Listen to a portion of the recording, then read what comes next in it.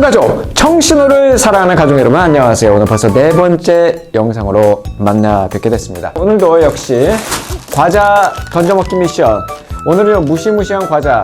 과자라고 하기는 조금 그런데요. 체크초코라는 시리얼이죠. 자, 여러분의 식욕을 당기는 이 소리. 우유에다 타먹으면 더 맛있는 식량 대체 과자 초코 첵스. 너무 맛있어요. 자, 오늘도 요거 제가 한번 공중에 던져서 받아먹기 미션 도전할 텐데요. 오늘 제가 성공하면 다음 영상에도 계속 나오는 거고, 오늘 실패하면 오늘 영상으로 마지막입니다. 도전하겠습니다. 자, 요거 구멍이 숭숭 뚫려 있어가지고 상당히 가벼워요. 그래서 더 어렵습니다. 자, 도전합니다. 한 번에 갑니다.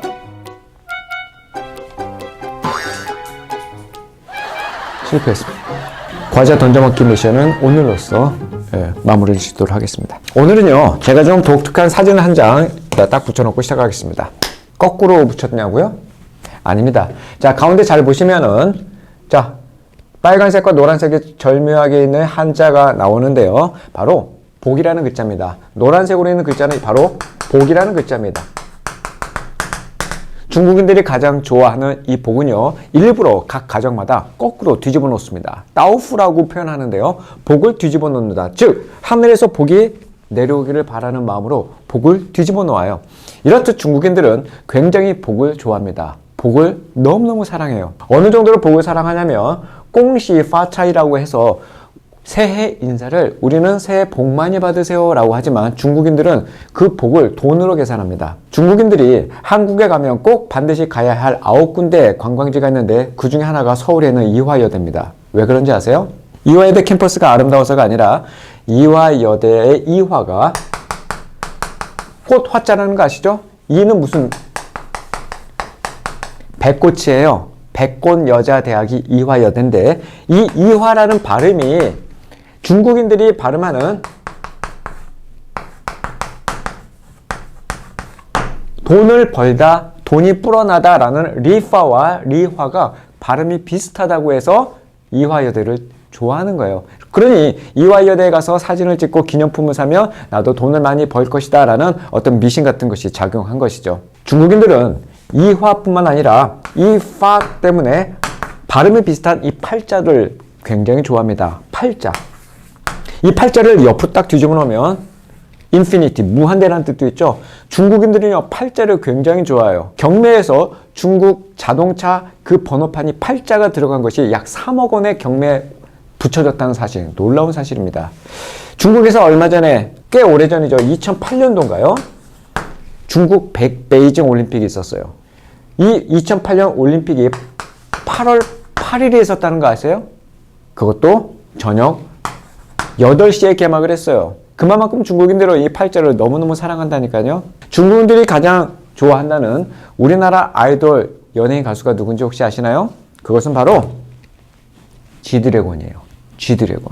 이 G드래곤이 노래도 잘하고 패셔니스타고 인기도 많이 있겠지만 G드래곤의 생일이 1988년 8월 18일이라는 사실, 이 사실을 알고 나서 중국인들은 더욱더 G드래곤에 대해 열광하기 시작한 거예요. 게다가 G드래곤의 그 드래곤이 바로 용자 아니겠어요?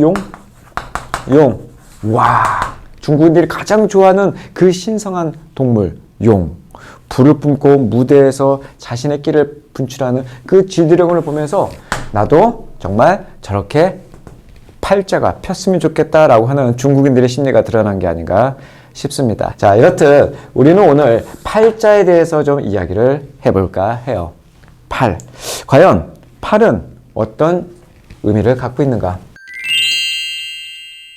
중국인들이 이렇게 관심이 있어하는 이 팔자, 우리나라도 예외가 아닌데요. 바로 이 동양 문화권에서는 이 사주팔자를 중심으로 한 이 팔자가 굉장히 관심이 많이 있어요. 팔자가 세다, 팔자가 폈으면 좋겠다 하는 등등. 그래서 이 얼굴에서도 이 팔자 주름이 굉장히 인생의 어떤 길흉화복을 좌우한다고 이야기까지 해요.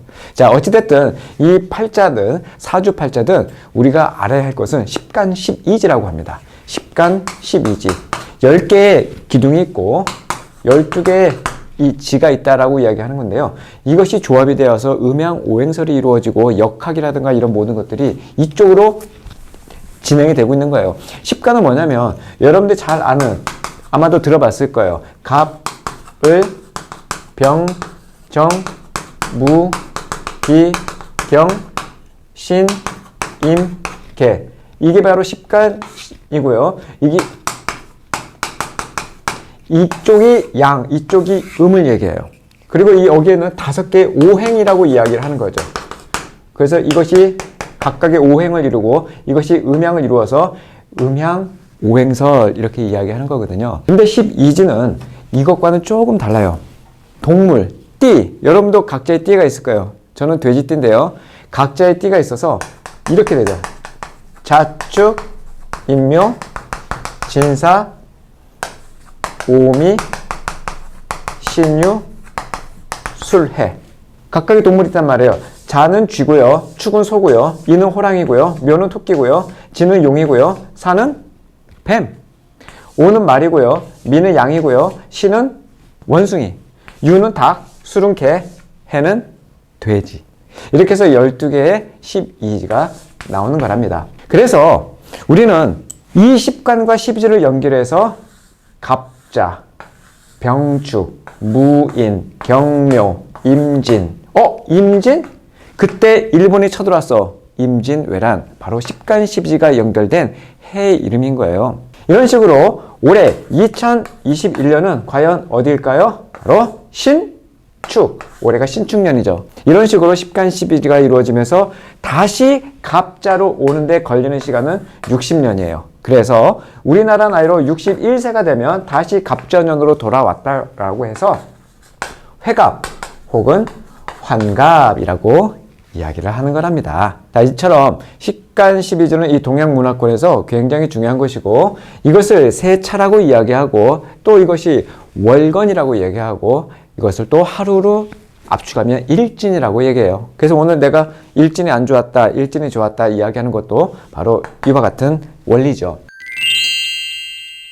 이 십간 12지가 하루 24시간에도 적용이 되거든요. 제가 시계를 한번 그려볼게요.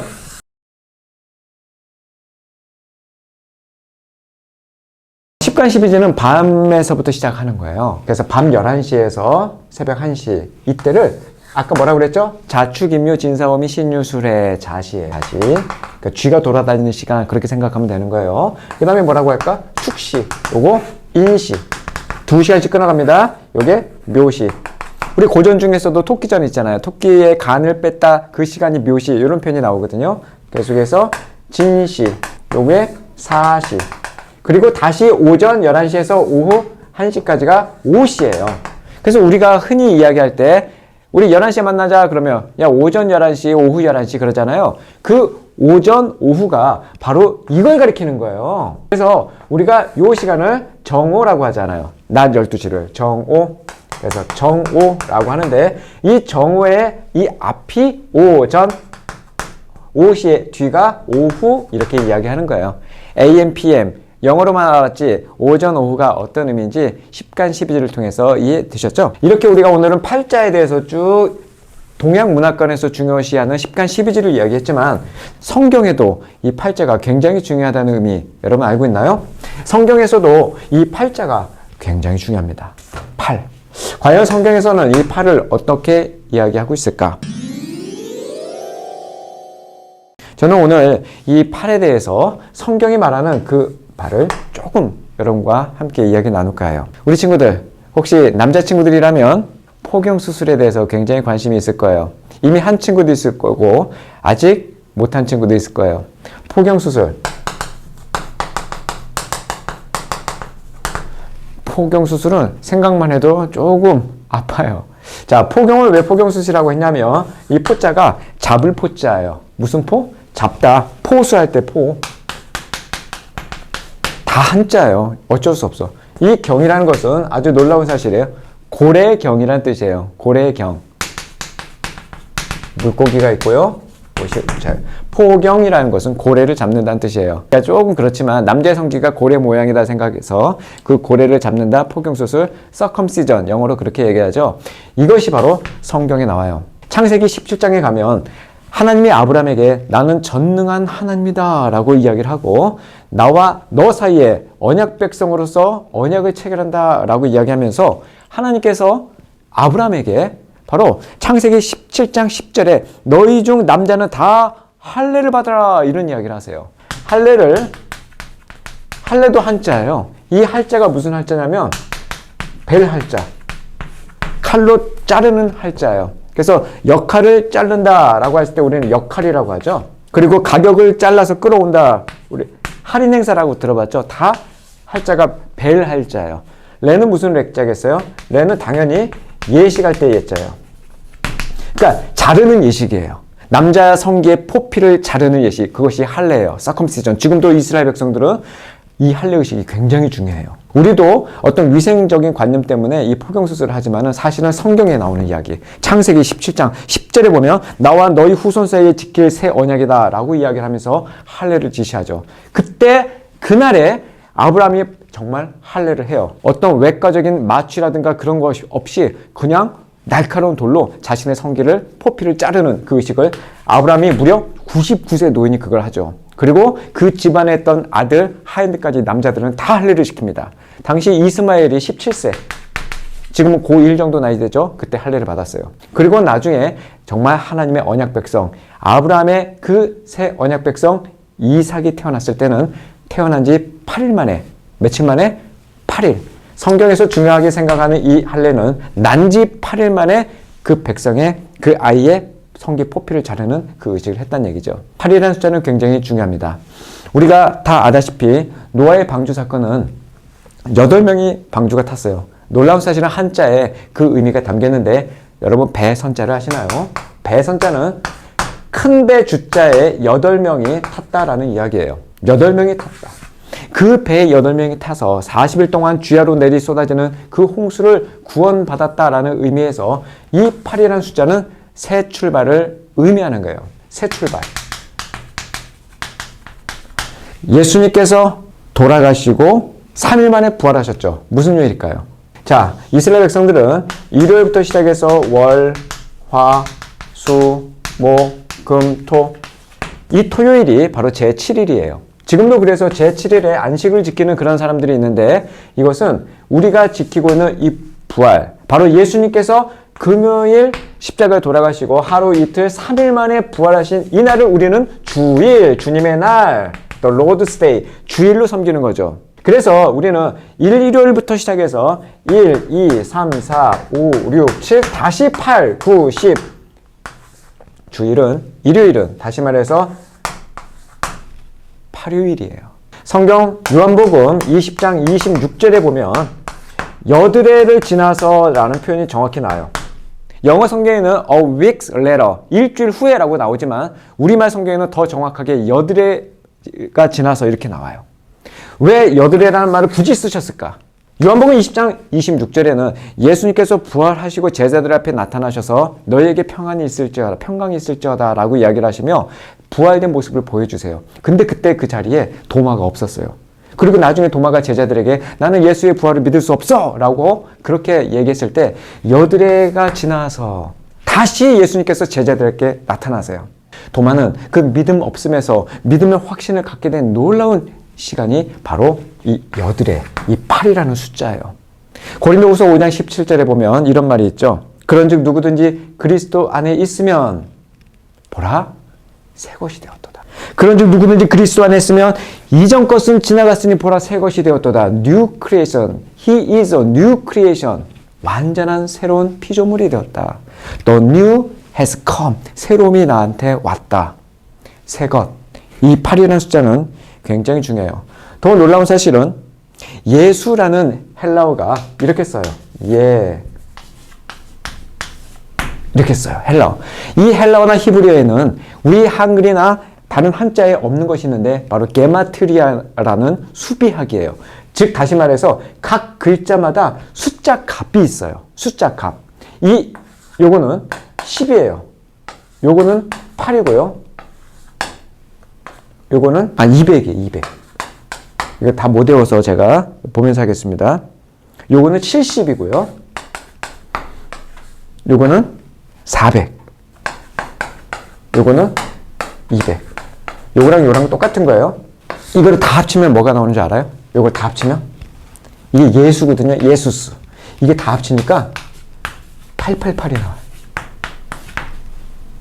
8일째 부활하시고 8일째 승천하시고 또 8일째 제자들을 파송하시고 예수님이 888이라는 것은 이 8이라는 숫자가 가져다주는 놀라운 메시지가 있다는 거예요. 할례는 난지 8일 만에 하는 것이죠. 나와 하나님 사이에 새 언약이 시작되는 그날 8일. 이 할례는 받는 그 순간 아무것도 못해요. 너무 아파서. 바로 무력함을 이야기하는 거예요. 무기력, 무력. 나는 할 수 없어. 나는 힘이 없어. 그 무력이에요. 나는 할 수 없어. 그러나 하나님께서 하신다라는 할례 언약. 이 할례 받은 이 백성은 하나님이 내 인생을 이끌어 가신다라는 새 출발의 약속인 것이죠. 사랑하는 친구들, 이제 우리는 8이라는 숫자를 마음에 새깁시다. 중국인들이 생각하는 어떤 미신의 그런 8자의 8이 아니라 하나님께서 우리에게 허락하신 새 출발, 그리스도 안에 있을 때 우리에게 주시는 그 언약의 축복 말이죠. 정신호, 우리 다음 영상에서는 더 흥미로운 주제로 여러분을 찾아뵙겠습니다. 바이바이.